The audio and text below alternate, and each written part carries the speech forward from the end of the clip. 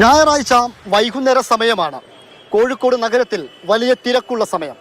കൃത്യം 5:06 കോഴിക്കോട് പുതിയ bus stand കെട്ടിടത്തിൽ നിന്ന് വലിയ രീതിയിൽ പുക ഉയരുന്നു.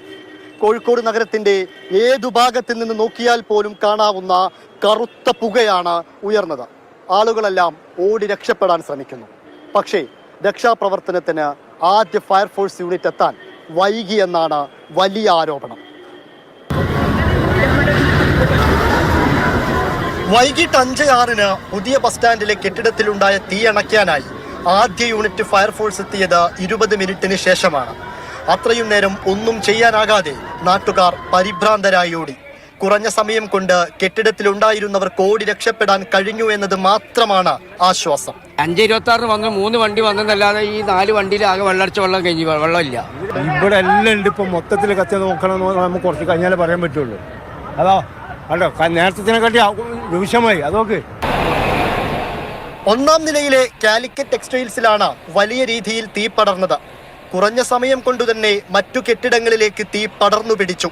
ബീച്ചിൽ നിന്നും വെള്ളിമാട് കുന്നിൽ നിന്നും എത്തിയ ഫയർഫോഴ്സ് യൂണിറ്റ് ഉപയോഗിച്ചിട്ടും തീ ശമിപ്പിക്കാൻ കഴിയാതെ വന്നപ്പോൾ ജില്ലയുടെ വിവിധ ഭാഗങ്ങളിൽ നിന്നുള്ള യൂണിറ്റുകൾ എത്തി. കരിപ്പൂർ വിമാനത്താവളത്തിൽ നിന്നുള്ള വലിയ യൂണിറ്റും എത്തി. യൂണിറ്റുകളിലെ വെള്ളം തീർന്നു പോകുന്നതായിരുന്നു മറ്റൊരു പ്രതിസന്ധി. പിന്നീട് വാട്ടർ ടാങ്ക് അടക്കം ബസ് സ്റ്റാൻഡിലേക്ക് എത്തിച്ചുകൊണ്ടാണ് ആ പ്രശ്നവും പരിഹരിച്ചത്. സ്വന്തം സ്ഥാപനം കത്തിച്ചാമ്പലാവുന്നത് കണ്ടു നിൽക്കേണ്ടി വന്ന ഉടമ വിതുമ്പിക്കരഞ്ഞു. ഒന്നുമില്ല, ഒന്നും പറയാനില്ല. നിങ്ങൾ കാണുന്നില്ല, ഒക്കെ കത്തിപ്പോയി. എങ്ങനെയാണെന്ന് അറിയില്ല. അത്രേ ഉള്ളൂ ഒന്നും പറയാൻ. എന്നാൽ ഒരു ഭാഗത്ത് തീയണക്കുമ്പോൾ തൊട്ടടുത്ത് വീണ്ടും തീജ്വാല ഉയരുന്നതായിരുന്നു കാഴ്ച.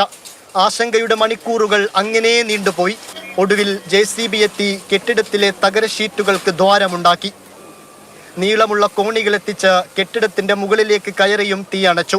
6 മണിക്കൂർ നീണ്ട പരിശ്രമത്തിനൊടുവിലാണ് ആശങ്കയുടെ പുകയമർന്നത്. ഇപ്പോൾ സ്ഥിതിഗതികൾ പൂർണ്ണമായും നിയന്ത്രണ വിധേയമായി മാറിയിട്ടുണ്ട്. ഇനി ഒട്ടും ആശങ്കപ്പെടേണ്ടതില്ല എന്നതാണ് ഇപ്പോഴത്തെ സ്ഥിതി. നമുക്ക് വലിയൊരു ഭാഗ്യമുണ്ടായത് ഒരു ജീവൻ പോലും നഷ്ടപ്പെടാൻ ഇടയായില്ല എന്നതാണ്. ആവശ്യമായത്ര യൂണിറ്റുകൾ ഇല്ലാത്തത് നഗരത്തിലെ ഗതാഗതക്കുരുക്ക് ഒരുപാട് തവണ തീശോധന നടത്തി. സംഭവത്തിൽ ദുരൂഹതയില്ലെന്നാണ് പോലീസ് രഹസ്യ വിഭാഗത്തിന്റെ റിപ്പോർട്ട്. അതേസമയം ഷോർട്ട് സർക്യൂട്ടാണ് കാരണമെന്നും പ്രാഥമികമായി വിലയിരുത്തുന്നു. വേണ്ടത് പഴുതടച്ച അന്വേഷണമാണ്, പരിഹാരമാണ്. പക്ഷേ ഓരോ സമയത്തും തീപിടുത്തമുണ്ടാവുമ്പോൾ പഴുതടച്ച അന്വേഷണം എന്ന വാക്ക് തന്നെയാണ് അധികൃതർ ഓരോ കാലത്തും പറഞ്ഞിട്ടുള്ളത്. പക്ഷേ ഇന്നേ വരെ കോഴിക്കോട് നഗരത്തിന് ശാശ്വതമായൊരു പരിഹാരം കാണാൻ അധികൃതർക്ക് സാധിച്ചിട്ടില്ല. ഇനിയെങ്കിലും ഇത്തരം കാര്യങ്ങളിൽ ശ്രദ്ധ പുലർത്തി പരിഹാരമാണ് അനിവാര്യമായ കാര്യം. മനോജ് പയ്യന്നൂരിനൊപ്പം ഈ തകര ഷീറ്റ് കൊണ്ട് മറിച്ച് വിളിച്ച് 3/4 മണിക്കൂർ കഴിഞ്ഞപ്പോൾ ഫയർ സർവീസ് ഇവിടെ എത്തുന്നത്. അത് വന്ന വണ്ടിയിൽ തന്നെ 2 വണ്ടിയിൽ വെള്ളമില്ലായിരുന്നു. അപ്പോൾ വന്ന് ചെറിയ വണ്ടിയായിരുന്നു കേട്ടോ. അപ്പോൾ അങ്ങനെ ഒരു സംവിധാനം കോഴിക്കോട് സിറ്റിൻ്റെ ഉള്ളിലില്ല. തീപിടുത്തം ഇപ്പം മിഠായിത്തെരുവുണ്ടായി, MP റോഡ് ഉണ്ടായി. ഓരോ പ്രാവശ്യം തീപിടുത്തം ഉണ്ടാകുമ്പോൾ ഞങ്ങൾ പറയും, പിന്നെ കച്ചവടക്കാർ, ഞാൻ ഇവിടുത്തെ വ്യാപാര വ്യവസായത്തിൻ്റെ മാവറോഡ് ട്രഷറും കൂടിയാണ്. ഞങ്ങൾ കച്ചവടക്കാർ പല ആവശ്യങ്ങളും ഇവരോട് പറയുന്ന സമയത്ത് ചെയ്യാന്നല്ലാണ്ട് ഇതുവരെ ഒന്ന് കരിപ്പൂർ എയർപോർട്ടിൽ ഉണ്ടായ പോലത്തെ അതേപോലത്തെ ഒരു വണ്ടി നിർബന്ധമായിട്ട് കേരളത്തിലെ താഴെ കടയുള്ള ആൾ കൂടിയാണല്ലോ. അപ്പോൾ ഇതിൽ ഇങ്ങനത്തെ ഒരു പ്രശ്നമുണ്ട് എന്നുള്ളത് നിങ്ങൾ പരാതിപ്പെട്ടിരുന്നത്? ഞങ്ങൾ എന്തെങ്കിലും അനധികൃതമാണോ അല്ലെന്നുള്ളത് കോർപ്പറേഷൻ പറയണം. അനധികൃതമാണെങ്കിലാണല്ലോ കംപ്ലൈൻറ്റ് ചെയ്യേണ്ടത്. ഇതിന് വാടക ഉണ്ട് എന്നുള്ളതാണ് ഞങ്ങൾക്ക് അറിയുന്നത്. അതുകൊണ്ടെങ്കിൽ ഇത് അനധികൃതമായിട്ടാണ്. പക്ഷേ വാടക കൊടുത്തോണ്ടിരിക്കുന്ന സ്ഥലമാണ്. വാടക കൊടുത്തോണ്ടെങ്കിൽ ചെറിയൊരു വാടക കൊടുത്തുകൊണ്ടിരിക്കുന്നുണ്ട്. അത് ഇതിന്റെ പുറത്തേക്ക് എക്സ്റ്റെൻഡ് ചെയ്തിരിക്കുകയാണ്. അപ്പം സാധാരണ ഒരു വീടിന് പോലും അത് സമ്മതിക്കില്ല. അപ്പം ഇത് ഇങ്ങനെ അപകടമായ രീതിയിൽ ഉണ്ടാകുന്ന ഒരു പ്രശ്നമല്ലേ? ആ സ്ഥലത്തിൽ അളന്നെങ്കാലിന് അതിൻ്റെ ഒരു ചെറിയ വാടക നിശ്ചയിച്ചിട്ട് അതിന് കൊടുത്തുകൊണ്ടിരിക്കുന്നതെന്നാണ് എനിക്ക് കിട്ടിയ റിപ്പോർട്ട്. അപ്പോൾ ഞങ്ങളിവിടെ കച്ചവടക്കാർക്കൊക്കെ അത് അറിയുന്ന സാധനം തന്നെ. ഫയർ ആൻഡ് സേഫ്റ്റിയുടെ ഈ എക്യുപ്മെന്റ്സ് സാധനങ്ങളൊക്കെ ഒന്നുമില്ല. ഇവിടെ നമ്മൾ ഇത്രയും ആൾക്കാർ വന്നു 10,000 കണക്കിന് ആൾക്കാർ വന്നു പോകുന്ന സ്ഥലവും ഈ ഇവിടെ 100 ചില്ലാണ് കച്ചവടക്കാരാണ്. ഞങ്ങൾ 100 ചില്ല, ഞാൻ ഇവിടുത്തെ ബസ് സ്റ്റാൻഡ് ഓണേഴ്സ് അസോസിയേഷനിലൊക്കെ ചെയ്താണ്. ഇവിടെ 100 ചില്ലാണ് കച്ചവടക്കാർ ഞങ്ങൾ ഇവിടെ ഉണ്ട്. പക്ഷേങ്കിൽ കോർപ്പറേഷൻ ഇവിടെ അഗ്നി സുരക്ഷാ സംഭവം ഒന്നുമില്ല. ഒരു തന്നെ ഒരു വെള്ളത്തിന് വരെ ഇവിടെ സൗകര്യമില്ല. ഫോക്കസ് മോളിലാണ് വെള്ളം എടുത്തത്. തൊട്ടടുത്ത് ഒരു പ്രൈവറ്റ് ബിൽഡിംഗിൽ നിന്ന് വെള്ളം എടുക്കേണ്ടി വന്നു. ഇവിടെ ഒരു വെള്ളത്തിൻ്റെ സംവിധാനമോ കച്ചവടക്കാർക്ക് ഒരു ബാത്റൂമോ ഒരു അഗ്നി സുരക്ഷാ സംവിധാനം ഒന്നും ഇവിടെ ഇല്ല. വാടക ഭീമമായ വാടക 46 ലക്ഷം ഉറുപ്പിൻ്റെ അടുത്ത് മാസം ഇവിടെ വാടക കൊടുത്തുകൊണ്ട് കച്ചവടക്കാരുടെ അടുത്ത് മാത്രം. എന്നിട്ടും ഇവിടെ ഒരു സുരക്ഷയും ഞങ്ങൾക്ക് കിട്ടില്ല. ഭാഗത്ത് മുഴുവൻ സീൽ ചെയ്ത രീതിയിലായിരുന്നു, ഭയങ്കര കവർ ചെയ്ത രീതിയിലായിരുന്നു ഉണ്ടായിരുന്നത്. അത് ഒരു AC ഒക്കെ പ്രവർത്തിക്കുന്ന ഷോപ്പാണ്. അപ്പോൾ അത് എന്തായിട്ട് ഓപ്പൺ ആക്കിയിട്ട് അപ്പം ആളുകളൊക്കെ പോയിട്ടുണ്ടെങ്കിൽ നമുക്ക് അറിയാൻ പറ്റും. ഫുള്ള് തുറന്നിട്ടിങ്ങനെ എന്തായിട്ട് AC വെക്കാൻ പറ്റൂലല്ലോ. ഫയറിൻ്റെ ഒരു സേഫ്റ്റി ഒരു സംവിധാനം, ഒരു പുറത്തേക്കുള്ളൊരു വാതിലോ അങ്ങനെ എന്തെങ്കിലുമൊക്കെ വേണ്ടേ അതിന്? അതൊക്കെ പരിശോധിക്കേണ്ടത് ഫയർ സർവീസും പോലീസും അല്ലെങ്കിൽ കോർപ്പറേഷൻ അധികാരികളായിരുന്നു. അപ്പോൾ അതുണ്ടായില്ല. കച്ചവടക്കാർ മാക്സിമം അവരുടെ സൗകര്യത്തിനനുസരിച്ച് ചെയ്യും. പക്ഷെ അത് തടയേണ്ടത് ഇവിടുത്തെ അധികാരികൾ തന്നെയായിരുന്നു. നിങ്ങളിവിടെ എത്ര വർഷമായി? ഞാൻ 30 വർഷമായിട്ട് ഇവിടെ കച്ചവടം ചെയ്യുന്ന ആളാണ്. എത്ര കാലം മുകളിൽ ഇങ്ങനെ ഈ രീതിയിൽ സമിതിയുടെ ട്രഷററാണ്. അദ്ദേഹത്തിന്റെ പ്രതികരണമാണ് നമ്മൾ കേട്ടത്. അദ്ദേഹം പറയുന്ന ഒരു കാര്യം, ഫയർഫോഴ്സ് യൂണിറ്റ് അവിടേക്ക് എത്തി, പക്ഷേ എത്തിയത് ചെറിയ യൂണിറ്റ് ആയിരുന്നു, ആ ചെറിയ വാഹനമായിരുന്നു, അതിൽ വെള്ളം ഉണ്ടായിരുന്നില്ല. അതിന് സമീപം തൊട്ടടുത്താണ്, അതായത് ജസ്റ്റ് ഒന്ന് റോഡ് ക്രോസ് ചെയ്താലാണ് ഫോക്കസ് മോള്, അവിടെ നിന്ന് അതായത് ഒരു സ്വകാര്യ സ്ഥാപനത്തിൽ നിന്ന് വെള്ളം ശേഖരിക്കേണ്ടി വന്നു ഈ ഫയർഫോഴ്സ് യൂണിറ്റിന്. അത്ര പോലും സംവിധാനങ്ങളില്ല. ഇടയ്ക്കിടയ്ക്ക് പരാതി പറയുന്നുണ്ട്, അതിൽ നടപടിയൊന്നും ഉണ്ടാകുന്നില്ല എന്നുള്ള കാര്യമാണ് ചൂണ്ടിക്കാണിക്കുന്നത്. അഖില CP-യിലേക്ക് പോകാം. അഖില, ഇപ്പോൾ സമാധാനത്തിന്റെ പുലരിലേക്കാണ് നമ്മൾ ഉണർന്നെഴുന്നേറ്റത്. കാരണം ആശങ്കയുടെ മണിക്കൂറുകളായിരുന്നു കഴിഞ്ഞു പോയത്. ഇപ്പോൾ അവിടുത്തെ ഒരു സ്ഥിതി എന്താണ്? ആളുകളുടെ പ്രതികരണമൊക്കെ എങ്ങനെയാണ്?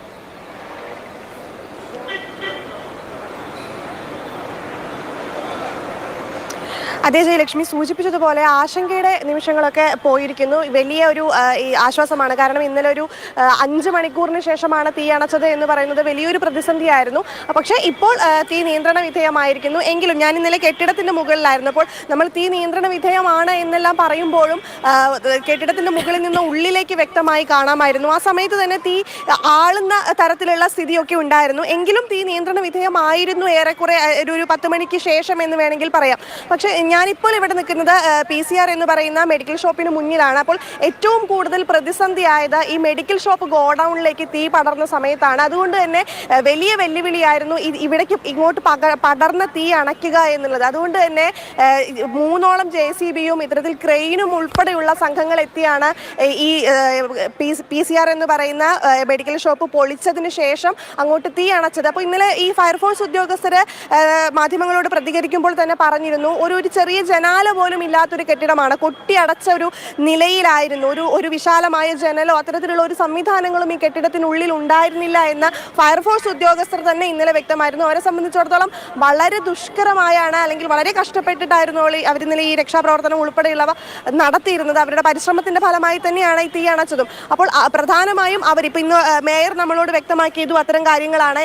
എന്തെങ്കിലും അനധികൃതമായിട്ടുള്ള നിർമ്മാണം മുഹമ്മദ് ഷഹീദും ഫെലിക്സും ഇംതിയാസ് കരീമുമാണ് ഇതുവരെ നമുക്ക് വാർത്തയും അവിടെ നിന്നുള്ള തത്സമയ ദൃശ്യങ്ങളും നമ്മളിലേക്ക് എത്തിച്ചത്. ഇപ്പം നേരത്തെ മേയർ ബീന ഫിലിപ്പ് പറഞ്ഞൊരു കാര്യമുണ്ട്, ഇനി എല്ലാ സ്ഥാപനങ്ങളിലും ഇനി എല്ലാ കടകളിലും ഫയർ ഓഡിറ്റിംഗ് നടത്തുമെന്ന്.